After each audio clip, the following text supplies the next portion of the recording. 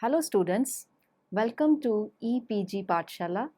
I am Dr. Anupama, Professor at Department of Economics, Punjabi University, Patiala.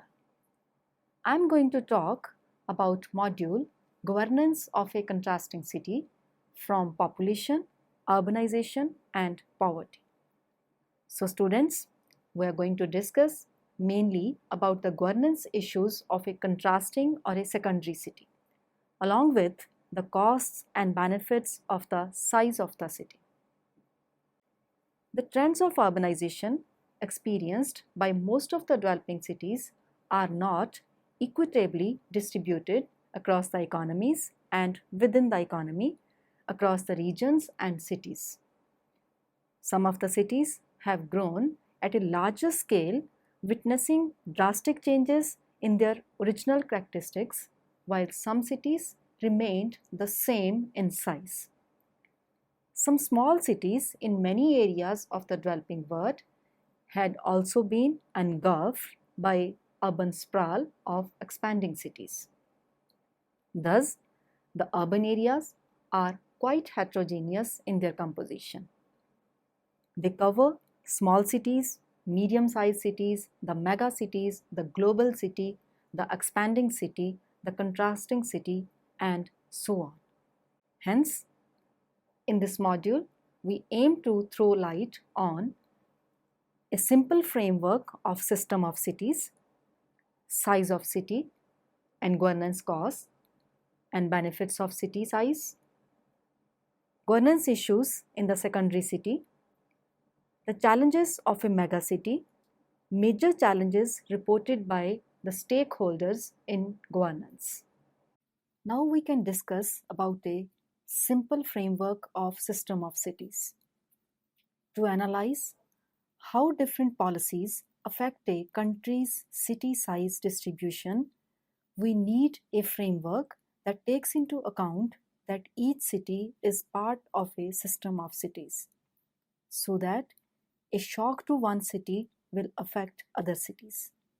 For example, a policy that improves the amenities in a city's medium-sized cities will not only the amenities in a country's medium-sized cities will not only affect the attractiveness of those medium-sized cities, but will also have an impact on its larger cities. The framework should also capture that the size of a city depends on multiple determinants such as its productivity, its amenities, or its governance. Since these different determinants are interrelated, improving a city along one dimension may not have the expected effect if the other dimensions are ignored. Desmet and Rosie Hansberg have proposed three characteristics that affect its size. These are: number one, efficiency. A city's productivity refers to the efficiency with which a city is able to produce.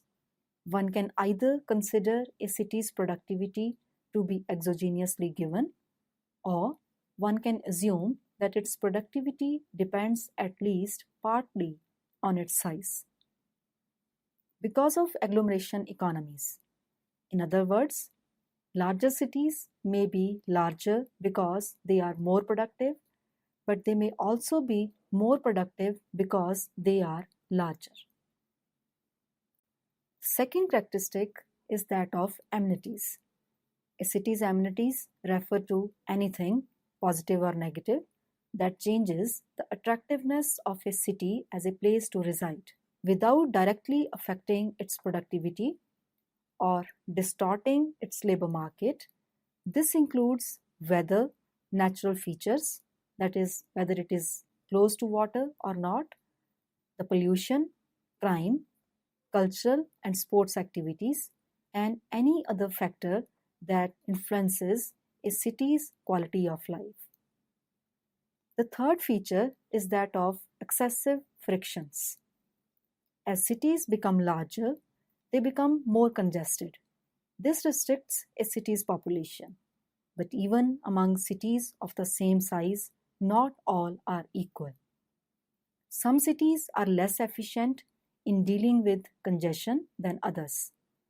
This may reflect, for example, the fact that some city governments are less good in providing congestion alleviating infrastructure than others. This would translate into higher local tax rates or other discounts. We refer to a city's excessive frictions as those distortions over and above what we would expect given the city's actual size.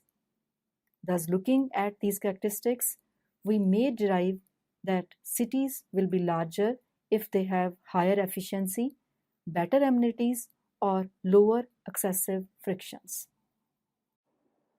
Size of the city governance matters.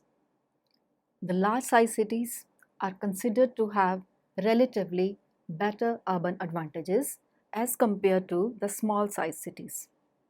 It is expected that they have better employment opportunities, infrastructure, amenities of life, mobility, etc. However, critics argue that urban advantages can be converted into urban ills if the city size crosses beyond certain manageable limits. This can be understood in terms of Alonso framework, which is shown in figure 1. The figure shows that the urban benefits increase with city size in less than proportional way, while the urban cost increase with city size in more than proportional way. There comes a point L where urban costs are greater than urban benefits. This point defines an optimal city size beyond an optimal city size S1, and beyond that point the cities are too big. However, Proudhon countered Alonso's argument by saying that governance of a city largely determines the cost and benefits of city life. He says that the urban benefits and cost are merely functions of city size, but also that of city management. He says that the urban benefits and cost are not merely function of the city size, but also that of city management. The quality of governance may increase or reduce the net benefits, which are the difference of benefits and cost. Therefore, by use of efficient policies, the benefit curve can move up and the cost curve may move down. And therefore, point L can shift to the point XL. And therefore, the optimum size can be increased from S1 to S2. The net benefits in this case are the results of efficient governance. But the governance issues differ from city to city. As compared to the small cities, the large cities have organizational diversity and stability to cope with changes. They have functional and spatial, structural, or vertical diversity, and they have diverse manufacturers and services. Therefore, the demand for infrastructure and other services would also be different from that of a small city. According to United Nations projections, 86.4% of world's urban population in 2025 will live in cities with populations under 10 million. This means in next 10 years, at least we expect more of the populations in middleweights or the small cities. These secondary cities have their own issues and the problems of urban governance. Thus, we have contrasting situations. The economy is moving towards a metropolis, while the population is still concentrated in the secondary cities. In this context, we can analyze the governance of these contrasting cities. The governance issues of a secondary city. The secondary city of today face challenges and opportunities in three broad areas. These are physical growth, governance, and social change. which have a central issue of fewer resources to manage these issues. The physical growth. The population of secondary cities is growing faster than that of the primary cities, and this puts pressure on overused infrastructure and service systems. Development of roads, public transport, and social development facilities, for example, education, health, and communication, may not be fast enough to serve growing demand. For these cities, the physical resources in terms of land, capital, and human resources are also inadequate to initiate any process of change. In this context, the secondary cities will need to find innovative ways to solve the capacity crunch quickly. One example is Bus Rapid Transit or BRT, which is cheaper and faster to install than subway lines. Fast economic growth can also pressurize urban planners to authorize unwise development, leading to urban sprawl, congestion, and environmental degradation. Rather than growing haphazardly, secondary cities can ensure sustainable growth by learning from the failures of the 20th century industrial cities in the West. Compact development, good governance, green technology, and environmental protection will be the new competitive advantage for secondary cities. Good leadership. Good leadership is critical to managing growth, and many secondary cities will need to ramp up government capacity. Local governments need expert knowledge to handle unforeseen growth. Additionally, secondary cities must have political influence at the national level in order to attract necessary funding or infrastructure and other public projects. The fiscal crisis facing many municipalities due to little possibilities of local resource mobilization and unpredictable tax revenues makes secondary cities more reliant on central governments for funding. The participatory governance is very effective in this direction. Currently, even the international funding agencies are keener to give their money for urban projects through the civil society organizations and other grassroots level local parties. For fund mobilization from various national and international sources and for inviting capital from the private players, the secondary cities must grab policy and media attention away from often favored principal cities. This will be a difficult task since political and business leaders, professionals with management and technical expertise, and media are mostly concentrated in principal cities. Social change. Many secondary cities will experience social change due to rising wages and immigration of skilled workers. Policymakers should encourage and plan for such changes. Social, ethnic, religious, and ideological diversity is a hallmark of all primary word cities, and secondary cities should aspire to this.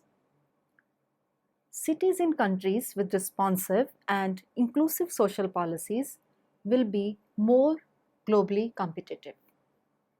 Secondary cities must also address migration of economically disadvantaged workers in terms of health, housing, and education, training, etc. Cities that ignore the needs of migrant service workers and laborers will experience higher inequality, threatening the social harmony. The challenges of a megacity. The number of megacities has multiplied over the past 50 years to the extent that they now provide a home to 9% of world's urban population. Their importance in the national and global economy is disproportionately high.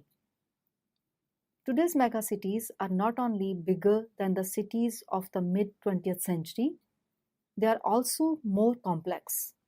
For one, they are increasingly competing with and dependent on relationships with other cities in the global economy.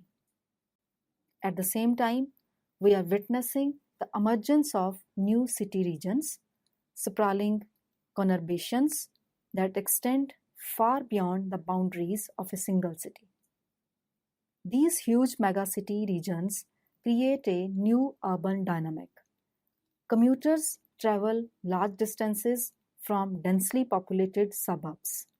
Economic activity frequently becomes deconcentrated, dissipating from the center to the periphery. In the megacities, the complexity of building and maintaining infrastructure and of meeting the needs of a huge and often growing urban population reaches new levels. The city governance has to adapt to the challenge of delivering holistic solutions across vast metropolitan regions in order to strike the balance between three overriding concerns, that is, economic competitiveness, environment, and quality of life for urban residents. Competitiveness. Megacities are the gateways of globalization, driving the flow of people, goods, knowledge, and money around the world. Already, 1/5 of the world's GDP is generated in the 10 economically most important cities. Megacities also make a disproportionately large contribution to economic growth at a national level. Tokyo accounts for 28% of the Japanese population, but 40% of country's GDP. Paris is home to 16% of French population, but is responsible for 30% of GDP. Given their weight in respective national economies, the ability of these megacities to compete at a global level is paramount. To attract investment, these cities need modern, efficient infrastructures. Transportation is an obvious case in point, and megacity mayors are eager to improve often overloaded road and rail networks, ports and airports. Abundant skilled labor is also hugely important. Another crucial factor is quality of basic services, which includes the access to quality housing, education, and basic services such as water and electricity.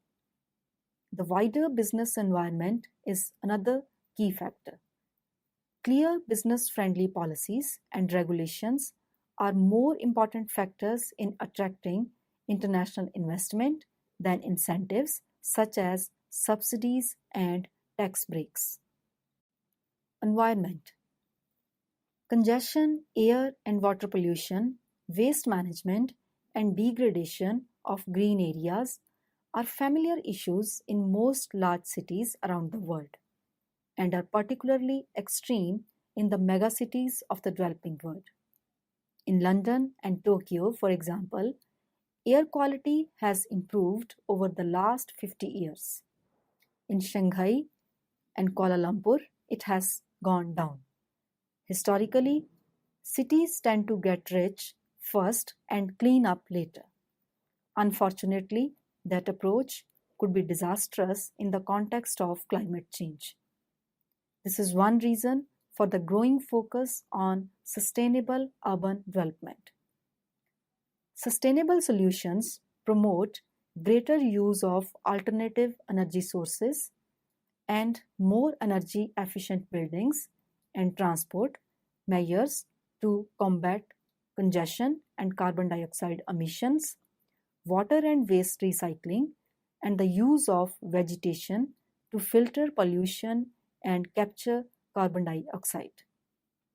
While several cities have started implementing at least some of these measures to good effect, there will be a need for more concerted efforts if the environmental cost of urbanization is to be reduced.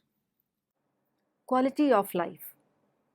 Megacities may be engines of economic growth, but they feature huge inequalities in the distribution of wealth and economic opportunity. UN Habitat has also described cities as the new locus of poverty. World Bank estimates predict that while rural areas are currently home to a majority of the world's poor, by 2035, cities will become the predominant location of poverty. The consequences of a failure to improve quality of life for the urban poor are huge. UN Habitat 2007 has also indicated that people living in slums, where a large proportion of the urban poor reside, are more likely to be affected by child mortality and acute respiratory illness and waterborne diseases than their non-slum counterparts. They are more likely to live near hazardous locations, making them more vulnerable to natural disasters such as floods. Inadequate access to basic services saddles them with heavy health and social burdens, which ultimately affect their productivity. Poverty may be less extreme in the more developed cities, but social problems still abound. The OECD's report on competitive cities notes increased socioeconomic inequalities even in some of its most dynamic metropolitan regions. It points to large and persistent pockets of unemployment. About 1/3 of 78 metropolitan regions covered in OECD report have above average national unemployment rates, and between 7 to 25% of populations live in deprived neighborhoods that often have reduced access to public infrastructure and services. It has been observed that poverty and social exclusion lead to significant costs, including high level of criminality. Failure to address these inequalities risk making megacities centers of deprivation and instability, with a consequent negative effect on their economy. Development decisions are often seen in terms of difficult trade-offs between growth and greenness or growth and quality of life. But there are obvious interdependencies between the three concerns. Competitive cities are more likely to have the wealth and resources to invest in high quality infrastructure and services and to create economic and social opportunities for large numbers of the urban population. All things being equal, environmentally clean, modern cities create more attractive locations for a broad spectrum of business activities than those with heavy pollution. Equally, cities with a healthy, well-educated urban population are better positioned to attract investment than those where deprivation and inequality blocks large swaths of the population from participating in economic growth. This suggests that in the long run, focusing on one of these concerns to the detriment of the others will be a recipe for failure. Now we can discuss the major challenges reported by stakeholders in governance. All the megacities or the small or middle weights may not be homogeneous, even within their own category. Some of them are growing cities. Some show the signs of stagnation or even decline. These different types of cities have different challenges. Therefore, a survey of 522 stakeholders by GlobeScan conducted on 25 megacities across the world has categorized the cities as emerging, transitional, and mature cities. The emerging megacities tend to be characterized by high growth rates driven by migration and natural growth, much of which occurs in informal settlements, not served by the installed base of infrastructure and services. Emerging cities are typically in countries with urban populations of less than 50%. Social polarity and the gaps in wealth, health, education, and political power between groups is generally highest in emerging cities.